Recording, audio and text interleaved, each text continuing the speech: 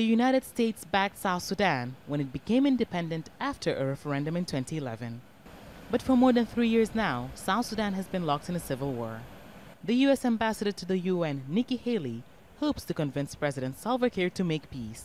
I didn't come here to talk. I came here to basically say the time for action is now. We're not waiting anymore. We need to see a change, and we need to see it right away. And there's nothing that they can say at this point. We have lost trust in the government, and we now need to regain that trust. And the only way to regain that trust is through the actions of taking care of all of the people. President Kiir is the president of everyone, not just one tribe, not just one group. Fighting broke out in South Sudan in 2013 when President Kiir accused his former vice president, Riek Machar, of a coup.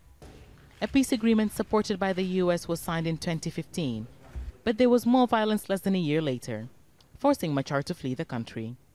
In September this year, the U.S. sanctioned 2 government officials and the former military chief of staff for derailing the peace process. But South Sudan's government now says it's ready to work for a deal. The president also assured Her Excellency the Ambassador that the government would also be observing a cessation of hostilities in order basically to create a conducive atmosphere for the dialogue, and also to show the government's commitment that all political disputes and conflicts in the Republic of South Sudan, as far as the government is concerned, can only be resolved through dialogue. The humanitarian situation has only gotten worse as the war dragged on. More than half of the population here rely on aid to survive, and the United States is the largest donor, providing more than $700 million per year. The ambassador seemed concerned at how that aid gets to those in need and how aid workers are protected. 82 have been killed in the conflict so far. A quarter of the 12 million population has been displaced.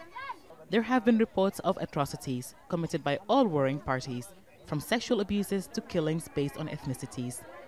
Many children have no access to proper education.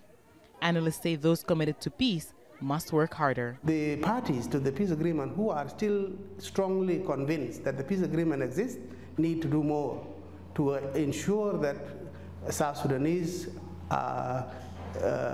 restore some trust in their state, and that our people don't have to flee across the borders. A few hours in South Sudan may not solve the country's problems or end the war, but UN Ambassador Haley hopes it's at least a start.